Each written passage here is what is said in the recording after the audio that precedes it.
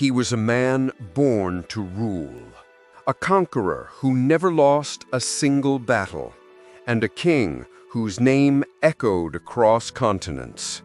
This is the story of Alexander the Great, the young Macedonian who built one of the greatest empires in history and did it with ruthless ambition.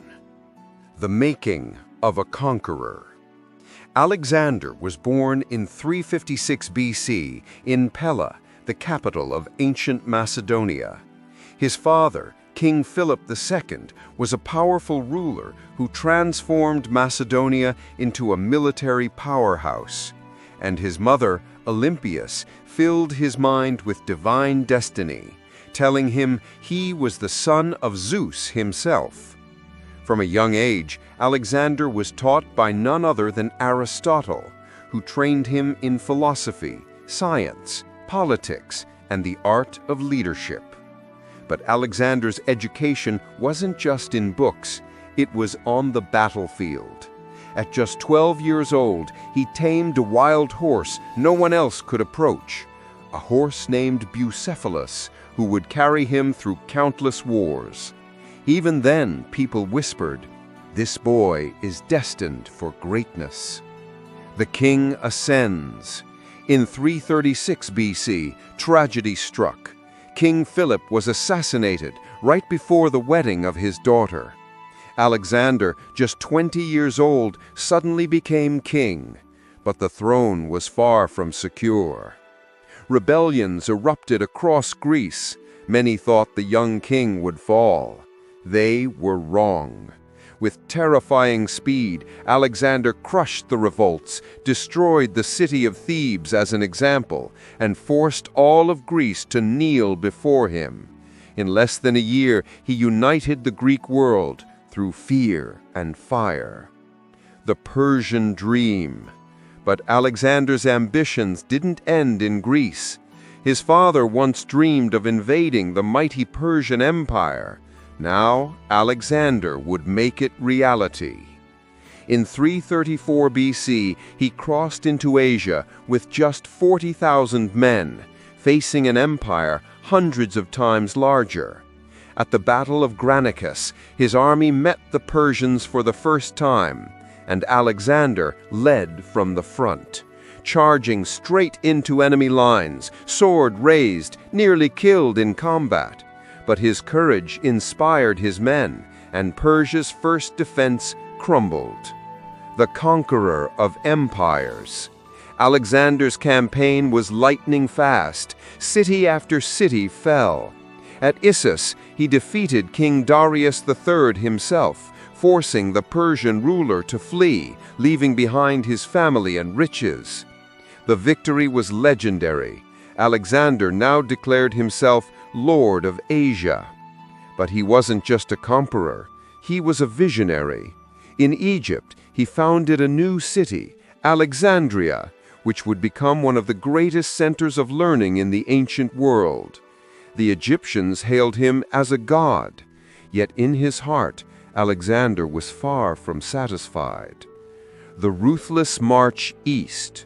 He pushed his army further east, through deserts, mountains, and unknown lands.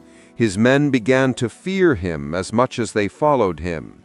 At the Battle of Gaugamela, Alexander faced the full might of Persia, hundreds of thousands of soldiers, outnumbered, surrounded, yet he crushed them with brilliant strategy and fearless leadership.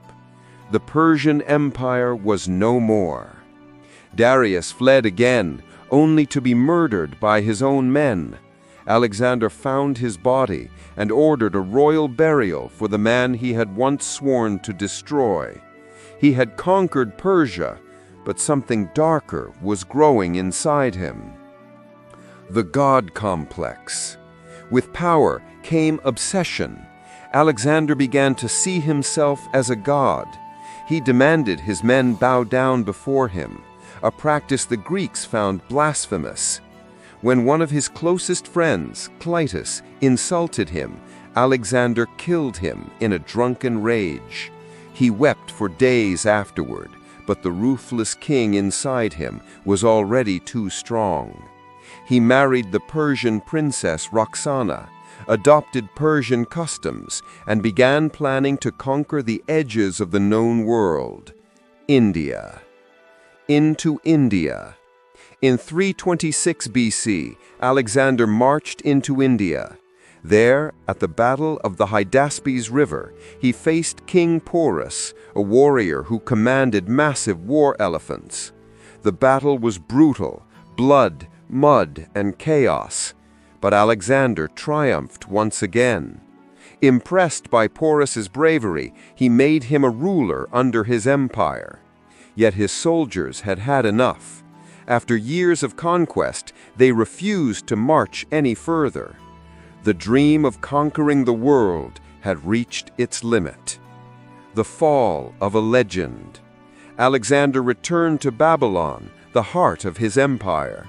He was just 32 years old, but his body was broken from years of war and exhaustion. In 323 BC, Alexander fell ill, and within days, the greatest conqueror in history was dead. Some say it was poison. Others believe it was disease. No one truly knows. His last words? To the strongest. And with that, chaos followed. His generals divided his empire, and everything he built began to crumble. The legacy of greatness. Though his empire did not last, Alexander's impact reshaped the world. He spread Greek culture, science, and philosophy across continents, from Egypt to India. He changed history, not just through conquest, but through the ideas and cities he left behind.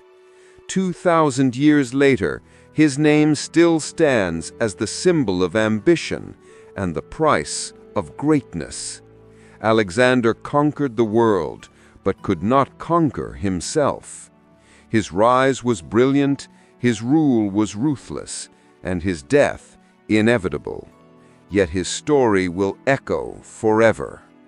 If you enjoyed this journey through history, don't forget to like, subscribe, and join us again for more tales of ancient power and mystery.